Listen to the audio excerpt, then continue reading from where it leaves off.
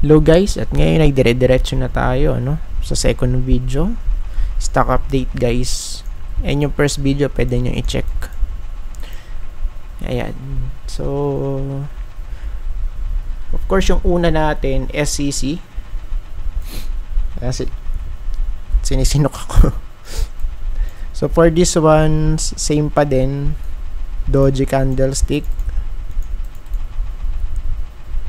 Okay. So, doji, it means neutral, Ayan, pero still the same pa rin to. Yung setup natin dito. Still sideways. Right? Ayan, So, sideways pa to. At magiging bullish to, guys, pagka nakapanik sa 36.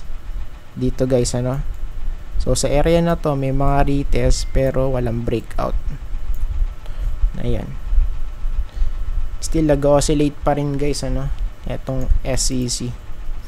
So it means hanggat wala tayong dito breakout, pwede pa rin itong malaglag as low as 28. Ayan, 28.8 to be exact. So malapit dito guys, and kasi ito yung average niya na nai-hit yung 28 something na yan. Then sa natin, wait lang, sa daily 200. So still nasa taas pa naman din. And yung support is still the same. Ayan, sa may 33, malapit dun. And right now nag-close dun sa may 33 point something, 0.45. Ayan, so same pa rin, same setup pa rin dito. So magiging bullish pagka 36 above, since pa rin siya sideways, Then for DMC,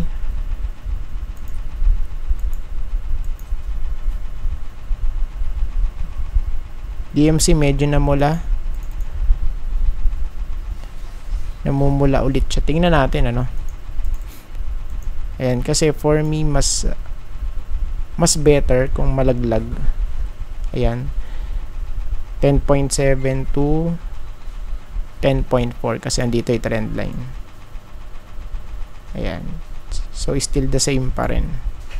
Ayan, pero kung pipitikin naman sa taas, pwede, wala tayong magagawa, ayan, 11.85. and kasi andito yung green box, for DMC. Ayan, so overall, let's wait muna dito guys.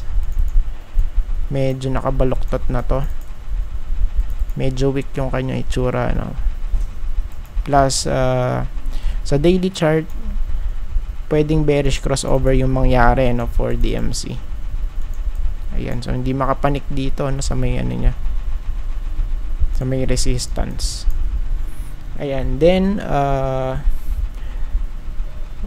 course yung next, LTG.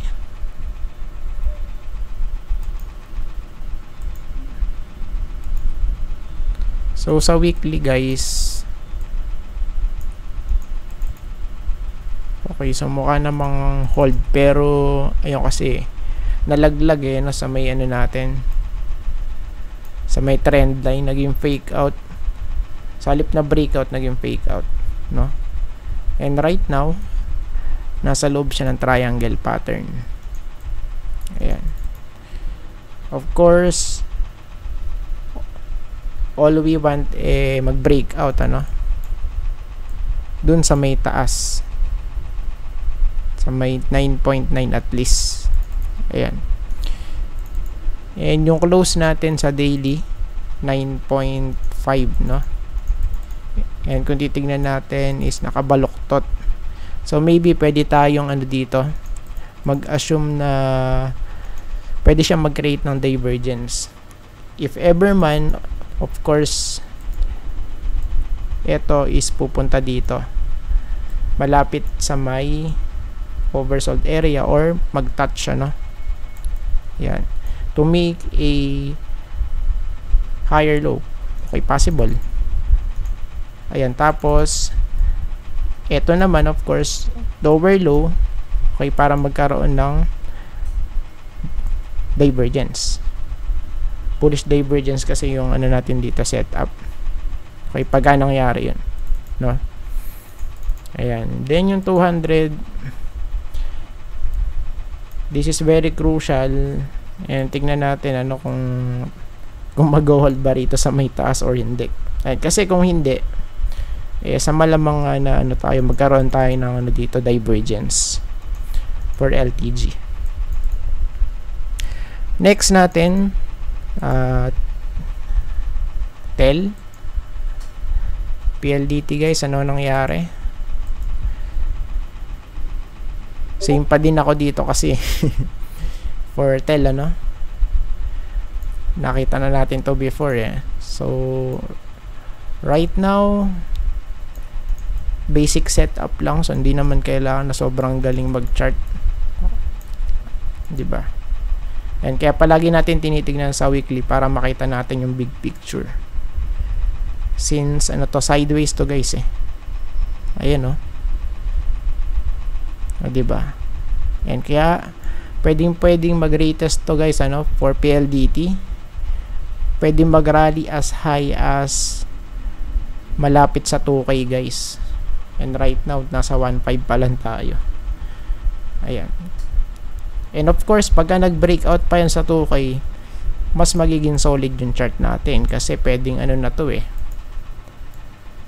accumulation phase to guys na sobrang tagal, no? And of course, pagka nag-break yan, throwback, push, price discovery, no? So ganun ang typical setup pagka nagiging bullish, ano? So far, let's see for this one, ano? Ayan. At marami pa namang pagdadaanan to eh. Ayan. Then, yung next natin, ALI. For this one, ano ba nangyari? Still malapit pa rin dun guys sa may resistance natin. 29.7. Okay. Same setup. Same ano pa rin tayo dito. Problem ano for this one. Especially dun sa daily chart. So bakit dun? Kasi kung titingnan natin, mas visible dito yung problem eh. Ayan, ano. So for this one, since ano siya, sideways kasi to, so it means 50-50, no? So kung saan to magbe-break, it's either sa taas or baba. If ever man sa taas, ang pangalawang problem natin yung 200. Ito. Ayan. So malapit siya sa 30.6. Ayan. And so far, ito po yung nakikita nating problem for ALI, you know? Yung resistance plus yung 200 moving average. Ayan. So tignan natin, ano? Since nasa resistance, if ever man na ano to, hindi mag-breakout, so possible babalik tayo dito sa 28.45. So may ano niya, no, support niya. Ayan. Then yung last, okay, for globe, check natin, silip tayo sa weekly guys. Okay, mas evident naman, ayan, sa may weekly, mas nauna ng konti si TEL, ano? Ayun, kasi si TEL nag-rally na. So ito pa, breakout pa lang halos, or almost, ano, ayun eh. And of course, overall, syempre silipin natin yan para hindi tayo ano mawala sa focus. And for this one, I believe, ano, in my opinion, may chance talaga na mag-rally to hanggang 2-2. Ayan, no? May mga 2-2 dyan na bounce eh. Diba?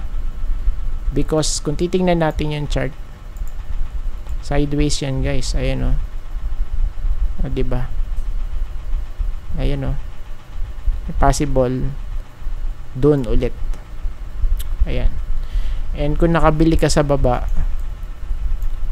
solid dyan, of course. Let's say sa 1.7 ka nakabili, no? And right now, nasa 23 na yan. And kung saan naman, sa resistance, 30%. Ayan. No? Solid. Yun nga lang, ang ano natin dito, ang main concern natin, overbought na siya. So, pwedeng divergence ang mangyari dito, which is bearish, ano? It's either flat or lower high dito, guys. Ayan, so tingnan natin. Kasi, kung ano to, kung magrarally to hanggang sa 2.2, yung ating price for globe, so it means, okay, pwedeng mag-retest to dito. Okay, magiging flat. So, pwedeng flat or lower high. So, I think tapos na po tayo, guys. At maraming salamat po sa panonood. And see you po sa next video. Bye-bye and God bless.